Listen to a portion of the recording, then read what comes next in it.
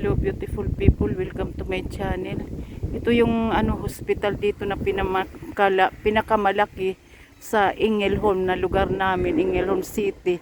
Maraming buildings ito, ipapakita ko lang sa iyo itong parang nagtayo sila diyan ng bagong building, pero ang daming buildings nito.